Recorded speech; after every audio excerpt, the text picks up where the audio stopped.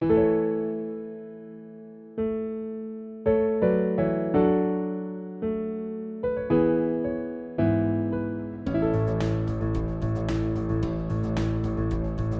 everyone, Dan here, and welcome to another Q&A. I've obviously got plenty of questions to answer. I've done so many Q&As at this point. You kind of know the drill by now, and I'm thinking maybe slowing down on Q&As, maybe not doing them as frequently as I do in every year, because I do about like 3 or 4 a year. Maybe scaling them back, but that's nothing to worry about now. Let's just worry about answering the questions. So starting off with a pretty straightforward question: favorite director? Tarantino, I love. Billy Wilder, I love. Scorsese, I love. Ridley Scott, probably one of them four I'd pick. What do you think of the new Superman and Lois Lane? Oh yeah, that's that new one of the new DC shows. I'm aware of it, but I've never watched it. I mean, I don't really keep up with all of the the Marvel and DC shows and movies these days, but I'm aware of it, but I have never seen it, so I can't comment. Are there any bands you want to see live / wish you could have seen live? Now, this is going to be sacrilege here, what I'm about to say, but I have never been to a gig in my life.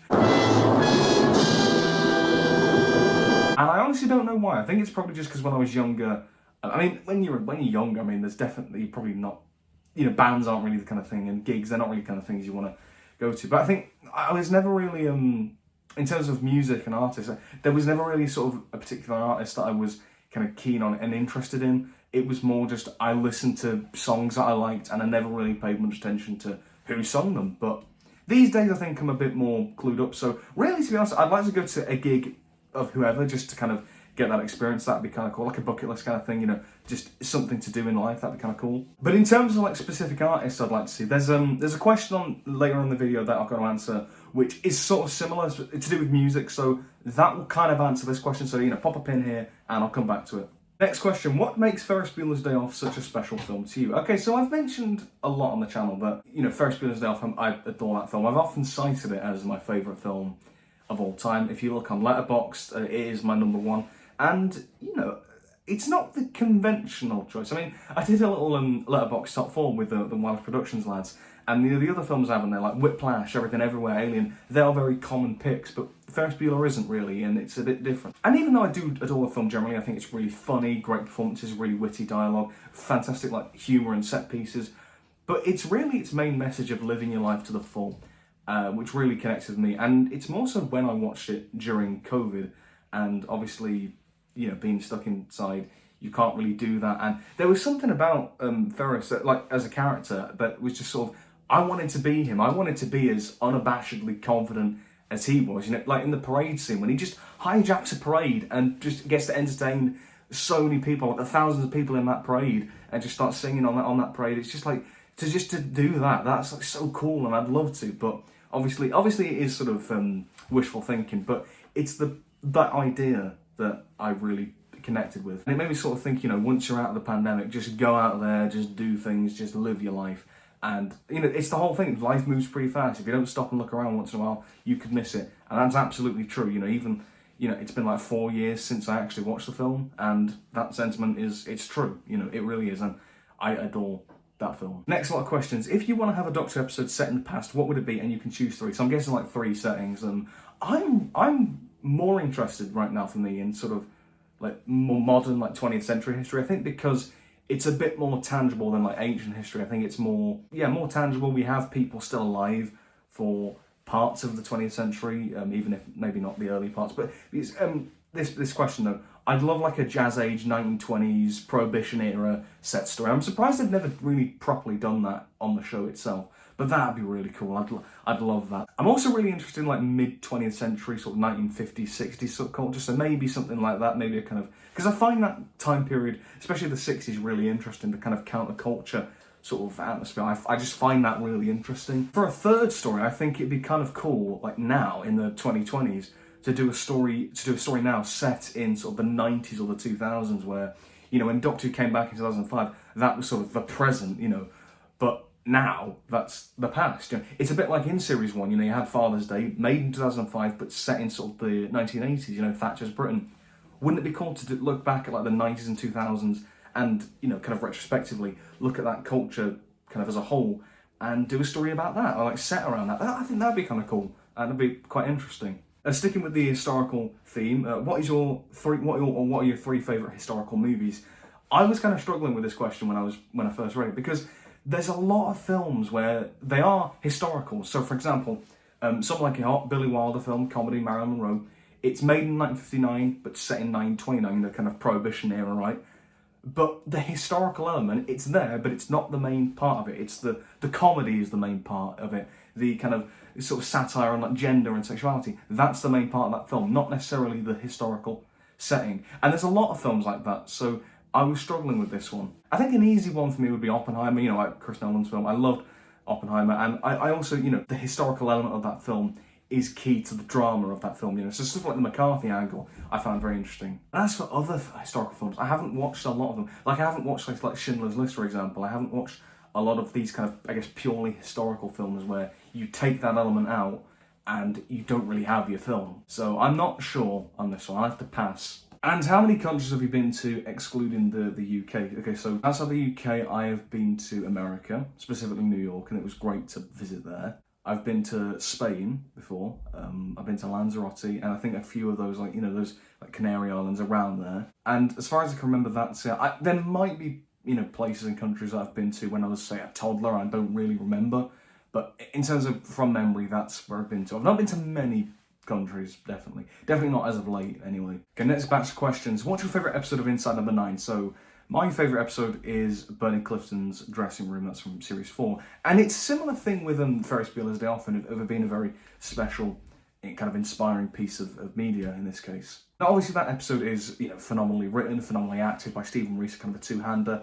Brilliant direction from Graham Harper, great music, just a great twist. Just so much. It's a perfectly made episode, but it's how much I relate to that episode, and that's why it's that sort of personal reason as to why it's my favourite episode of number 9. If you want more in-depth thoughts on that episode, you can check out my series 4 number 9 retrospective. When I did all the retrospectives of each number 9 series, you can check out the one series 4 I did with Bernie Clifton, and for that episode I talked about it more than all the others. I spent about nearly 10 minutes on it, but if you want more in-depth thoughts on that, or any number 9 episode that you want to know what I think of, go and check their segment out in whatever series it was in. Okay, the next two questions are kind of similar. What video are you proudest of, and which video is your least favourite? So least favourite could be so many.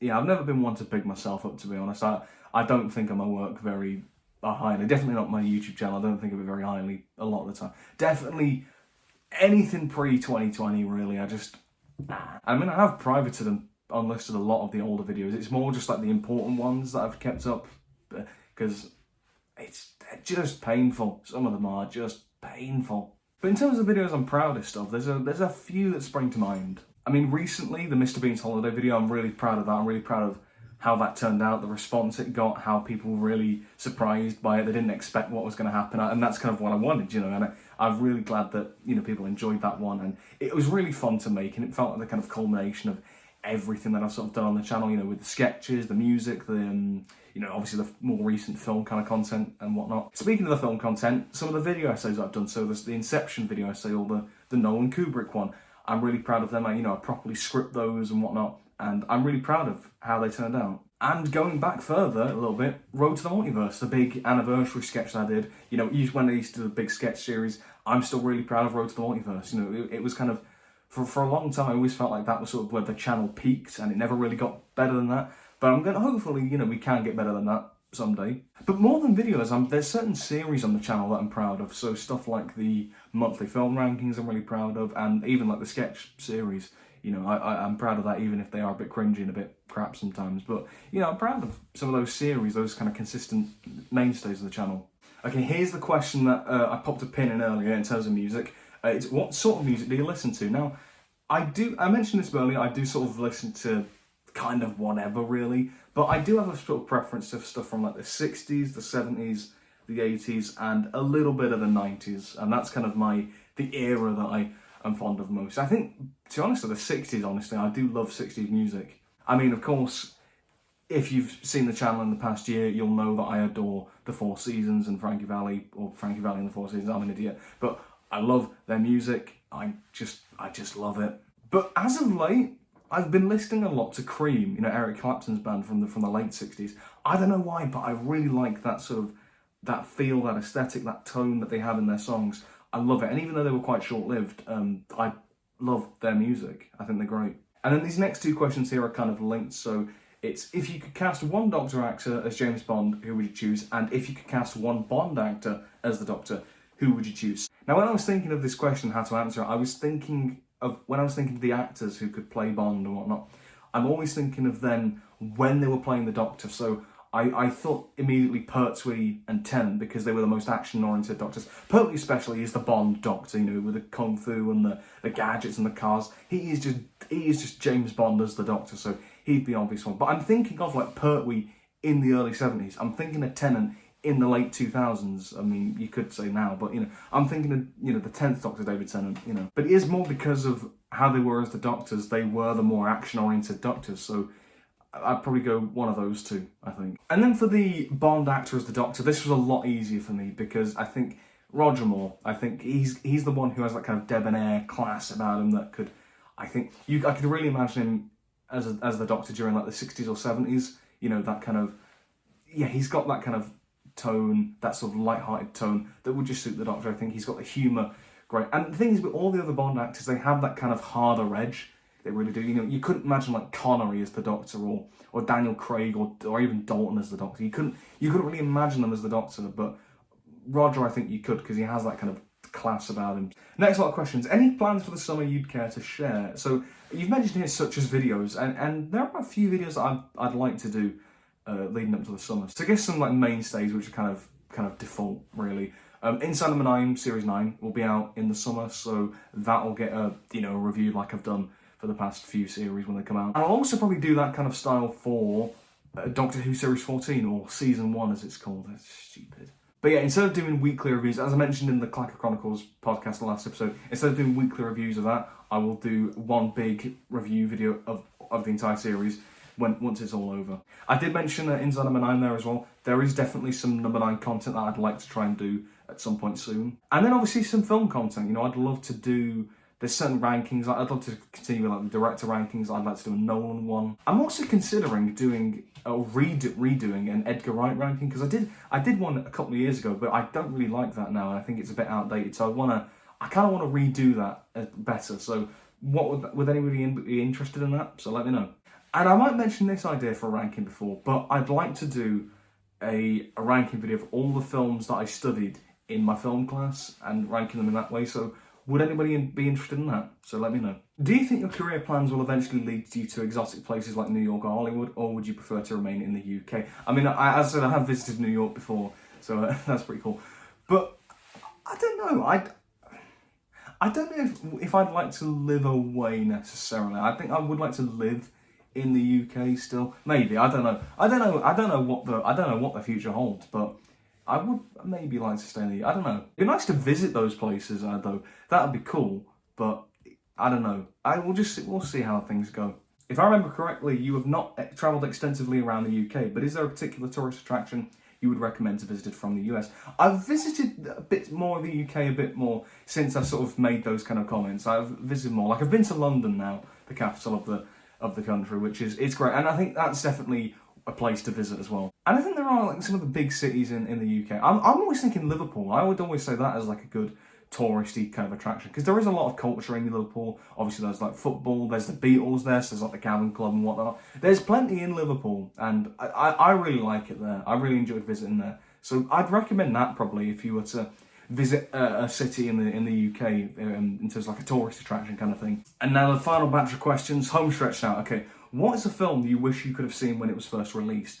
When I read this question, my brain automatically went to films that I would have been around to see. So it's like, obviously, you know, there's films like, you know, the original Star Wars trilogy, but I was not alive in the 70s or 80s, was I? So I couldn't see them when they came out, although they would be awesome to see on the big screen. And there are definitely like certain classic movies that look amazing that I'd love to go see on a big screen, like Blade Runner would be one, Apocalypse Now would probably be one. But yeah, when I was thinking of this question, I thought to myself films that I kind of remember coming out that would have been awesome to see. So I'm thinking Everything Ever All at Once, I regret not going to see, because I remember seeing it at certain cinemas, and I remember seeing it on, and I was like, knowing how much I adore that film, it's like, I regret not seeing that. I also would have liked to have seen more of the Marvel movies, sort of the earlier Marvel movies, when they came out, because I only really started You're probably weird, but I only really started watching them in the cinema with Black Panther in 2018. That was when I really started watching them in the cinema. But I would have loved to go and see like Guardians 1 and 2 or Thor Ragnarok. They would have been awesome to see at the cinema, and I kind of regret not going to see them back then. The next question: what's a film you're weirdly passionate about despite it not being that good? Okay, this is easy for me, right? This is going to sound really random, but this is an easy question for me. It's the Clint Eastwood Jersey Boys film from like 2014. It's like 10 years ago now. Yeah, very mediocre film that is, but I'm really passionate because I adore the musical. I mean, as far as jukebox musicals go, that's kind of the gold standard for me. But it's because of that passion for the musical, I'm really passionate about how the film kind of misses the point and the feel of the show. It really does. To be honest, I don't know why Clint Eastwood, of all people, would direct a musical. Like, I'm not saying he's a bad director at all. Like, I mean, he's a great actor, and I'm not saying he's a bad director, but like, his style is so opposed to what musicals, and definitely the Jersey Boys musical, it's so opposed to what that is. It just doesn't. Why? And I mean, as a result, all the fun is just sucked out of it, and it's got a really poor pace. Like, all the bits that should feel kind of exciting, they're sort of over before they know it, and all the depressing stuff, it's just drawn out, and it just sort of looms over the film, and it's just like, no, it gets the balance all wrong. And to prove how passionate I was about this film, I was nearly going to do a sort of video essay on this film, comparing it to the musical and why it doesn't work as an adaptation and whatnot. And I wrote like a good page and a half. I don't have the script now. I think I lost it, but that shows how passionate I am. If I was going to do a video essay on it, despite the fact that not many people have seen it and it's not that good of a film. Anyway, moving on to the next question. Favourite joke from film, not including Bond films?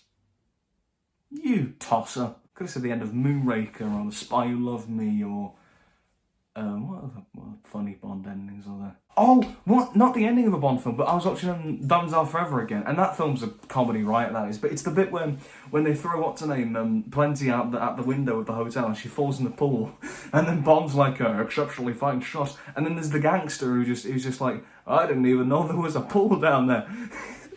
Like, it's quite messed up, but it's kind of funny in a really dark way. I don't know, it's just, that bit always gets me. But in terms of great jokes from films that are not Bond films, again, another film I watched recently, When Harry Met Sally, fantastic comedy, but it's the I'll have what she's having scene. I can't remember the last time I laughed that much at a single scene, because it is just so, how did they do that? How did they get away with that? It's just brilliant. And next question, The Vanquishers or The Giggle? So you have the Flux finale and the finale to the 60th anniversary specials of Doctor Who. And they both have very similar issues because they are entertaining to a degree, but they are very scattershot, very messy, and don't really resolve their series, I guess, particularly well. If I'm being honest, though, I'm probably going to pick The Vanquishers, because, again, it's messy, but I don't think it's as messy as The Giggle is, and I think The Vanquishers does at least resolve some things, alright, even if certain things are like what happened to the universe. Ironically, that's what The Giggle and the 60s stuff resolves better. Yeah, the reason I didn't do a review of The Giggle was because it's just an exhausting episode. It genuinely is, and I was very positive when I first watched it, but thinking back on it, it's not held up very well. It takes all the worst tendencies of a New Who finale, which is just all this over excessive mess, and it's never satisfying in terms of resolution. It takes all of that and dials it up to 1,000, and it's just everywhere and everywhere. And I think The Giggle probably has higher high points. The toy maker's great, some of the visuals and the set piece are really fun, but it has lower lows and more confusing lows. Like the whole resolution is just a botched, it's just botched in execution. And now the final question, which is kind of poetic. It sort of links back to film directors, which is what the first question was in the video. Edgar Wright or Damien Chazelle? And the final question, which is kind of loops back to the question about directors that started the video.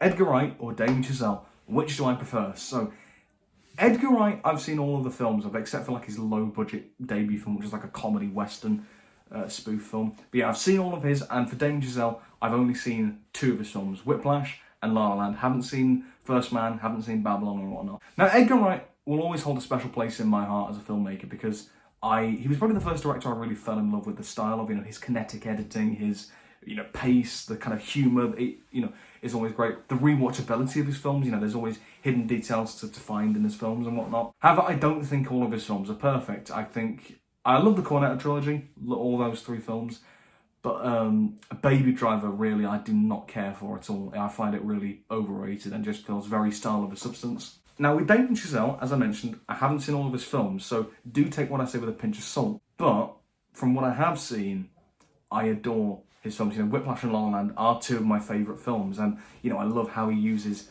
colour in his films, the imagery in it, it's all fantastic, the cinematography, all the music that he uses, it's all great. I think his themes of like a struggling artist, which you can see in Whiplash and La La Land, and I think, even in the films I haven't seen, I feel like that kind of idea of people struggling to make it, like in First Man with the astronauts and Babylon with, early cinema, I think that's something you can say. I love that message. I think it's great to see. And I adore his films from what I have seen. So I guess based on what I've seen, I would pick Damien Chazelle personally. And that's the end of the video. So I hope you enjoyed this Q&A. I hope you enjoyed this. And I don't know when I'll do another Q&A. I might, again, as I said, I might leave it a little bit until I do another one. But until next time, like, subscribe, you take care, and have a great day. Bye-bye.